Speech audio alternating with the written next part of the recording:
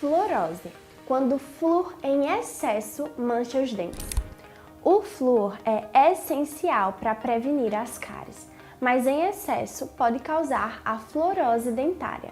Ela acontece quando há ingestão exagerada de flúor, principalmente na infância. E o resultado são manchas esbranquiçadas no esmalte do dente.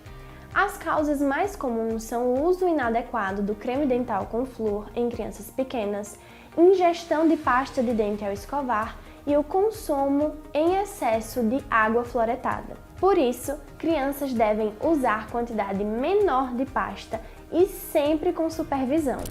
Tudo começa com a orientação correta e o acompanhamento desde cedo. E para mais dicas como essa, acesse as redes sociais da tvalagoana.com.